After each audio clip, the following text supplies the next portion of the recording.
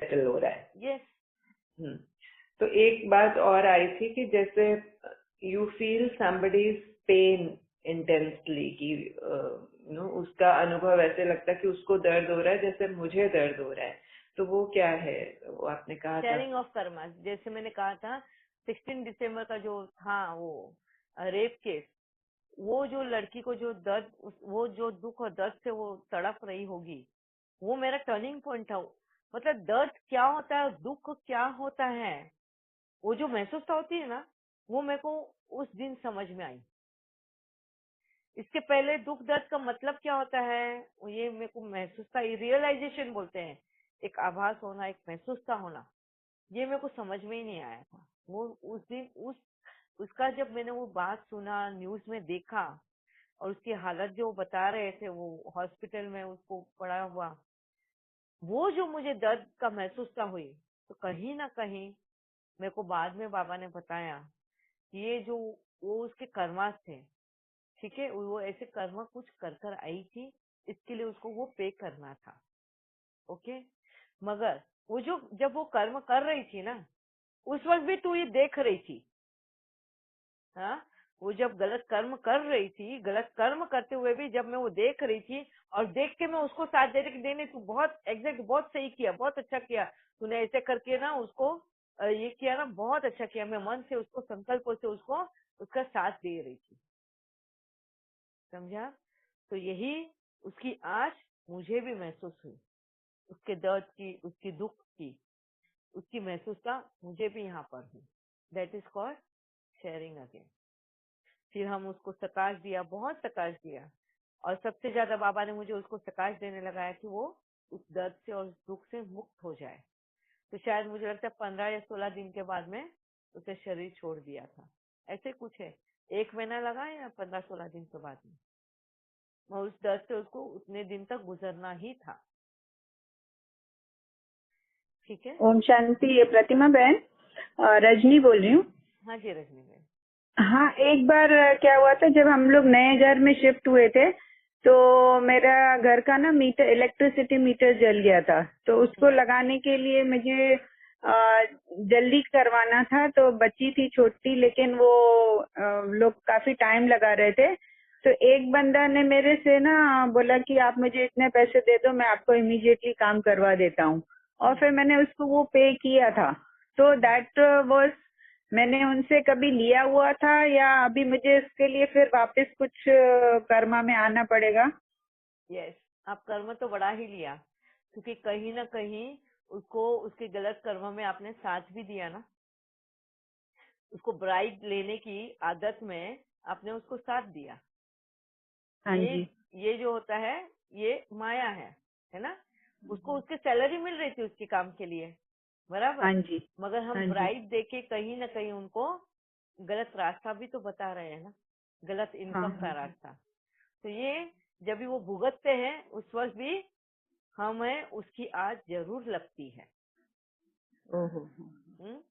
हम कहीं ना कहीं, हम भी उसकी वजह है डाउनफॉल के लिए, तो उसकी ग्रो, उसको वापस ऊपर उठाने के लिए भी हमको निमित्त बनना पड़ता है, सही रास्ता दिखाने के लिए। दीदी एक मिनट, कुछ पूछना दीदी। अच्छा, तो हम कई बार कराते काम, आजकल काम करता ही कौन है, बिना पैसे तो करते ही नहीं है। पहले ऑलरेडी मांगते हैं कि हमारे को ये खर्चा लगेगा। यही ये तो तो है दीदी, ना। हाँ दीदी, ये तो हर जगह ही है, कोई भी नहीं करता है काम। और कई इतने इंपॉर्टेंट डॉक्यूमेंट्स होते हैं जो निकलवाने पड़ते हैं, कुछ होते हैं, तो ऑलरेडी दीदी पहले ही बोल देते हैं कि हाँ इतना खर्चा लगेगा आपका, आप देख लो, जबकि वो गवर्नमेंट सर्वेंट होते हैं। Yes. और जबकि ये थे दीदी द्वार के अभी बिना पैसे कोई काम करता ही नहीं। मीनूबेन हस्बैंड तो बिना पैसे काम करते ही नहीं। जी, हम तो ईमानदार काम करते हैं, बट ये कह रहा कि उसका, उससे हमें कहीं ना उसकी आज हमें भी लगेगी, तो वो पूछना है। हाँ, एक बार म्यूट कर देना माइक।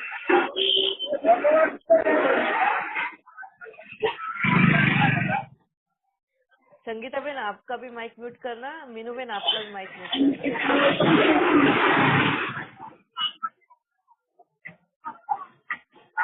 संगीता मोरे माइक म्यूट करना।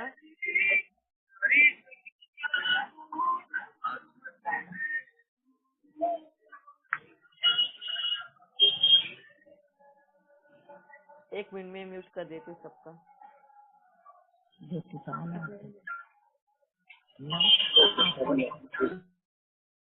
ओके। आपने जो मीनू बेन आपने जो क्वेश्चन किया कि आजकल ऐसे ही, एक मिनट, हाँ, आपने जो क्वेश्चन किया कि आजकल हर जगह पे ब्राइड के बगैर काम होता ही नहीं है।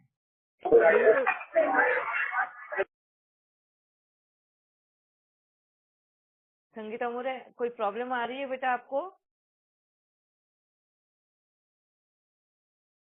ठीक है। ब्राइड के बगैर कोई काम होता ही नहीं है आजकल, है ना?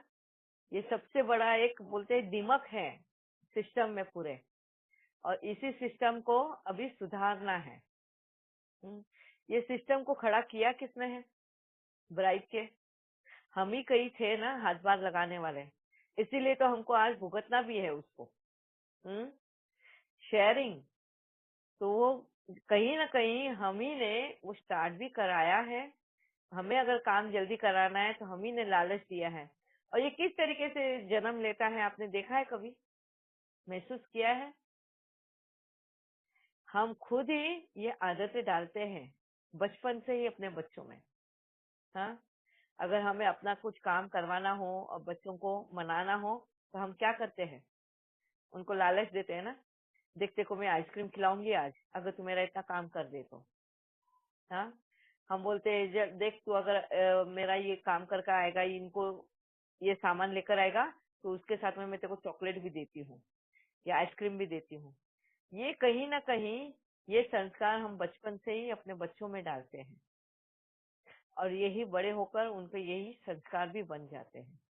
आदत लग जाती है उनको। कोई भी काम करना हो तो उसके बदले में कुछ ये चाहिए है, उसके बदले में रिश्वत चाहिए है। देखा है सभी माँ बाप, रियलाइज हो रहा है हमको, हो रहा है ना कि कहीं ना कहीं हम खाना खिलाने के लिए भी ब्राइब करते हैं, ये खा ले तो मैं ये दूंगी। यस, कहीं ना कहीं हम खुद भी अपने आप को ब्राइब करवाते हैं दूसरों से। अगर कोई हमसे अगर कुछ काम करवाना चाहते हैं तो हम क्या बोलते हैं, मजाक में ही सही, हम बोलते हैं ठीक है मैं ये काम करवा दूं, तू क्या देगी मुझे, हैं? चल पार्टी देगी इसके बदले में, चल हम मेरे को ट्रीट देगी तो मैं ये काम कर दूं। तो इस तरीके के हम खुद ही इस चीज को, इस सिस्टम को बनाया है, और अब बाबा हमसे यही सिस्टम वापस से ठीक कराना चाहता है। हाँ? अगर आप में हिम्मत है, लड़ने की शक्ति है, उतनी पेशेंस, उतना टॉलरेंस है, तो फिर आप फिर से वो कर्म करो ही नहीं।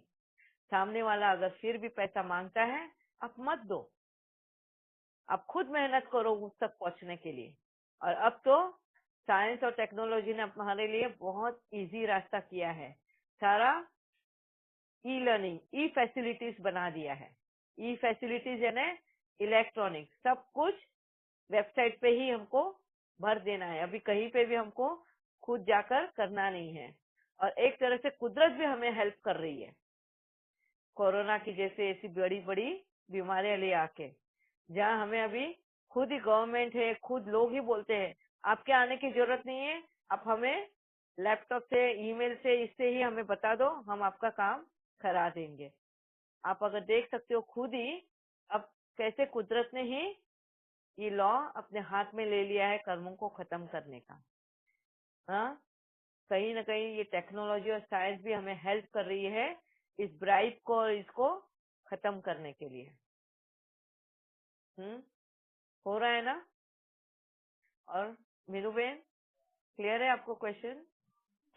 जी दीदी, हाँ क्लियर तो हुआ, बट दीदी ये तो सबको हम एक बदलेंगे तो कैसे होगा? सबको ही अपने आप को चेंज कोई करता ही नहीं है। अभी कई बार दीदी जैसे बिजनेस है, उसकी जरूरत पड़ती है इनकम की और पैसे की, तो इंटरेस्ट पर लेते हैं, और लोग इतना फायदा उठाते हैं उस चीज का दीदी कि 5%, आजकल तो 10% भी देते हैं, तो हम नहीं लेते। मतलब वो फिर उनके दीदी उनके कर्म, मतलब कैसे वो भी तो कर्म खराब करते हैं कहीं इंटरेस्ट लेकर। वो तो चलो, हमारा ये इसके लिए हमारा 5% और 10% हमको इसके लिए देना पड़ता है क्योंकि जब वक्त था हमें वो लोन रिपे करने का, हमने रिपे किया है। हाँ, जब हमारे पास था वो वक्त कि हम अपनी भूख मिटाए या हम आधी भूख मिटा के आधी लोन चुकतू करें, तो हमने वो लोन चुकतू करने के पास ध्यान नहीं दिया। हमने उस वक्त हमारी पूरी भूख मिटाने की कोशिश की और यही वजह बन गया अब आपको सूद समेत ज्यादा और ज्यादा सूद पे सूद लग गया है ना। तो वो कोई भी निमित्त बन सकता है उसके लिए। ओके, ये वक्त पे हम कर्म खत्म नहीं करते ना तो वो सूद है समझो। ठीक है दीदी, ठीक। जी थैंक दीदी, यू। मेरा एक सवाल है। हाँ मनीषा में हाँ जी दीदी, अभी कभी ब्लैक का वाइट, वाइट मनी का ब्लैक मनी, ये भी एक मतलब बहुत ज्यादा कॉन्सेप्ट है अभी, मतलब बहुत ज्यादा उसका चलता है। तो मेरा खुद के बारे में ही एक ये मुझे डाउट क्लियर मैं करना चाहती हूँ कि समझो अगर कोई हमारा प्लॉट है या कोई घर है जो 3-4 भाइयों में मिलकर है, वो अगर हमने बेचा तो उसमें भी कोई अमाउंट होती है जो व्हाइट में मिलती है, कोई ब्लैक में मिलती है, तो वो हमें मतलब लेनी पड़ती है। अब ये बराबर है कि उस वक्त हमने ना कहना ही चाहिए, लेकिन फिर भी अगर वो हम ले रहे हैं या फिर हमने लिया है तो उसका क्या फिर मतलब वो भी कर्मा में आ जाता है, निगेटिव कर्मा में आ जाता है, या क्या होता है? देखो, हमने अपनी तरफ से तो प्रपोजल यही रखना है कि टोटल व्हाइट में पे करना है, ठीक है। और सामने वाला अगर ब्लैक में मांग रहा है तो ये उसके कर्मा से। क्यों वो मांग रहा है? क्योंकि उसको उतना टैक्स पे नहीं करना है ना। गवर्नमेंट से चोरी करनी है, बराबर।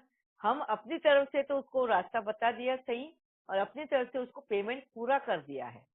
टैक्स समेत उसको पे करना है, वो हमने अपनी तरफ से पे करके वहां पे अपने कर्मों को खत्म कर दिया, ठीक है। अब उसकी जिम्मेदारी है उसको गवर्नमेंट को पे करना है या नहीं करना है। मगर जब हमारी बारी आती है पे करने की, तो हमें पूरी शिद्दत से 100% वो पे करना है। अभी वक्त नहीं है, मगर ये कंटिन्यू करेंगे हम कल, क्योंकि ये बहुत बहुत इम्पोर्टेंट पॉइंट है आज की दुनिया में कि टैक्स हम जो गवर्नमेंट को पे करते हैं उसका रिटर्न हमें किस तरीके से मिलता है। तो ये हम लोग कंटिन्यू करेंगे वापस से। बहुत इंपॉर्टेंट पॉइंट लिया है आपने ये, मगर आज बहुत वक्त कम है क्योंकि ये बहुत लंबा है, तो मैं शॉर्ट में नहीं समझाना चाहती हूँ, इसको बहुत डिटेल में समझाना चाहती हूँ, क्योंकि यहाँ पे हर एक आत्मा का कहीं ना कहीं अपना एक ये पार्ट है प्ले करने का इस चीज के लिए। ओम। एक शॉर्ट क्वेश्चन है दीदी, हाँ जी।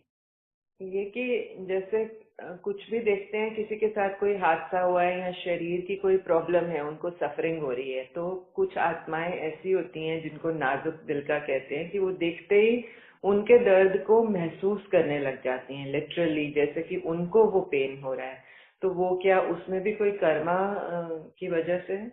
यस, देखो हर किसी के भी पेन में तकलीफ उनको महसूस नहीं होगी, है ना, क्योंकि दुनिया में तो इतना दर्द से भरा पड़ा ही है पूरी दुनिया, मगर हर एक के दर्द का तो महसूस नहीं होता है ना।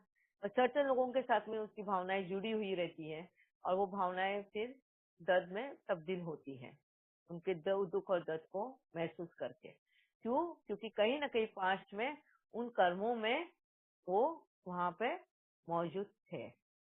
तो फिजिकल पेन को देखकर लिटरली ऐसे, भले वो टीवी में हो या फिर किसी का सुना हो, कोई भी हो, जनरली सभी केसेस में ऐसे सुनते ही ऐसे लगता है कि जैसे you can literally feel it.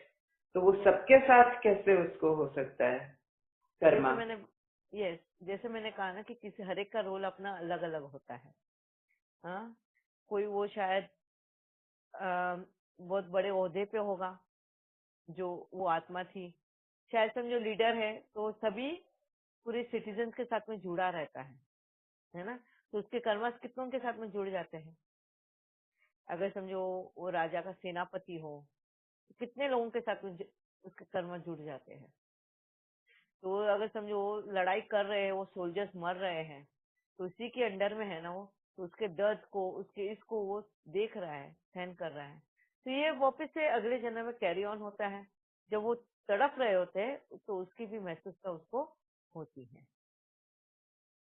हम जितने 1 मिनट, हम जितने भी आत्माओं के साथ में जुड़ते हैं ना, जितने हमारे फैलाव जितना हमारा होता है, उतनों के साथ में हमारे कर्म जुड़ जाते हैं। मनसा से, वाचा से और कर्मणा से, तीनों से हम जुड़ते हैं। Yes brother. Didi, I have a question. या Hello. यस। हाँ जी. I have a question. If you have an accident and you are forced to pay money to the person, ये पिछले जन्म के देने हैं कि हम नए कर्म उसके बनेंगे? एक्चुअली आपने पूरा क्वेश्चन पूछना कि अगर समझो आपके किसका एक्सीडेंट हुआ है। मेरा किसी से एक्सीडेंट होता है। अच्छा, गलती- आपने मतलब गाड़ी से गाड़ी टकराई ऐसे? हाँ जी, हाँ जी, हाँ जी। ओके और ओके। चोट लगती है या गाड़ी खराब हो जाती है, तो अगर मैं पैसे दूं या वो दे, क्या हम नए कर्म बनाते हैं या पिछले जन्म के हमने उसको पैसे देने हैं? नहीं, हमारे कर्म बन के आए हैं और इसके लिए प्रेजेंट में वो चीज हुई है ना? ओके। हमारे प्रेजेंट में जो भी हो रहा है वो पास्ट कर्मास का रिजल्ट है, ठीक है? पास्ट कर्म का रिजल्ट। ये रिजल्ट है, पर उस रिजल्ट में अगर हम क्रिएट कर रहे हैं या सेटल कर रहे हैं वो हमारे ऊपर है। दैट मीन्स जैसे आप बोल रहे थे कि कोई शरीर छोड़ता है तो वो हाँ। पिछले जन्म का से करके आया, तो वो उसने छोड़ा या नए कर्म बना रहा है?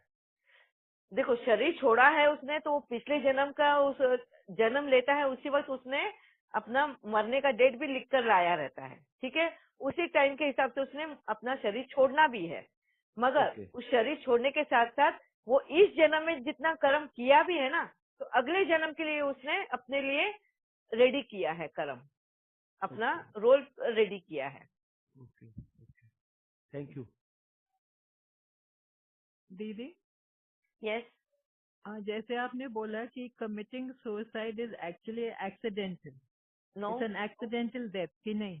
No, committing suicide is not accidental. मतलब it is written in your script already. Script में, अच्छा वो वाला जैसे एग्जांपल दिया मैंने, अगर स्क्रिप्ट में लिखा हुआ है, अगर समझो पास्ट वाले कल्प में अगर वो रोल ने उसने वैसा किया है, अगर स्क्रिप्ट में लिखा है तो जैसे उस स्क्रिप्ट में अगर उसने वो वापस से वैसे ही अगर वो स्क्रिप्ट में लिखा है और उसे कमिट किया है सुसाइड, तो वैसे ही भोगना, उसको भोगनी भी पड़ेगी ना फिर से। मतलब उसको 5000 साल के बाद फिर वही एक्सीडेंटल डेथ मतलब कमिट सुसाइड फिर से करेगा? हाँ। अच्छा, ओके। बट वो आत्मा को फिर से चांस मिलेगा जरूर कि वो सुसाइड कमिट करे या वो फेस करे, क्योंकि ज्ञान तो उसको जरूर मिलेगा, मगर उसको उस वक्त डिसाइड करना है। चॉइस तुम्हारे ऊपर होती है कि तुम्हें क्या करना है। जैसे मैंने कहा ना कि मेरे पास चॉइस थी कि अगर मैं सुसाइड कमिट करूं, जब मुझे ये पता चला कि मेरा खाना पीना सब बंद हो गया, मेरा देखना बंद हो गया, तो मेरे जीने का मुझे मकसद ही नहीं समझ में आ रहा था, तो मेरे पास चॉइस थी, इधर मैं कमिट सुसाइड करूं, मैं जीना छोड़ दूं, मतलब सुसाइड कमिट करूं और नया जन्म लेके मैं नए सिरे से स्टार्ट करूं जिंदगी, या फिर इसी को मैं फेस करके अपने जीवन को जो बचा है उसको सही तरीके से मैं करूं। तो मेरे पास चॉइस थी और उसी वक्त मेरा परमेश्वर मेरे सामने आया और कहा कि तू फेस कर, तू लड़, सुसाइड कमिट नहीं करना है, बस इसी जिंदगी को आगे बढ़ा। तो बस मैंने अपने कर्मों को चेंज कर दिया, अपने उस रोल, उस जो स्क्रिप्ट लिखी हुई थी वहां पे मैंने चेंज कर दी। अच्छा, ओके, मतलब you can change your script. Yes, मतलब अच्छा, ओके। इसीलिए तो बाबा हमेशा बोलते हैं ना, उठाओ कलम और लिखो अपनी तकदीर। लिखो अपनी तकदीर। ठीक है, थैंक यू दीदी। और बाबा ये भी बात बोलता है, जो पास्ट हो गया वो ड्रामा में फिक्स हो गया, आने वाला समय ड्रामा नहीं है, तो उस ड्रामा को तुम बदल सकते हो। ठीक है, फिर आज के लिए हम छुट्टी ले, कल फिर से ये टॉपिक, ये बहुत लंबा चलने वाले हैं, बहुत सारा है लॉ ऑफ कर्मा में, बहुत सारे डिटेल में क्वेश्चंस निकलते जाएंगे। ठीक है, ओम शांति दीदी। फंटास्टिक दीदी, बहुत बहुत अच्छा, थैंक यू दीदी, थैंक यू बाबा। ओम शांति। ओम शांति दीदी। ओम शांति दीदी। ओम शांति। ओम शांति दीदी। ओम शांति। ओम शांति दीदी। ओम शांति दीदी।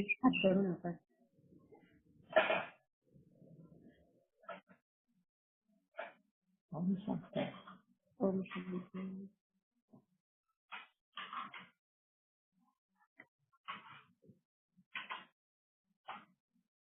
Suraj, you can switch off this.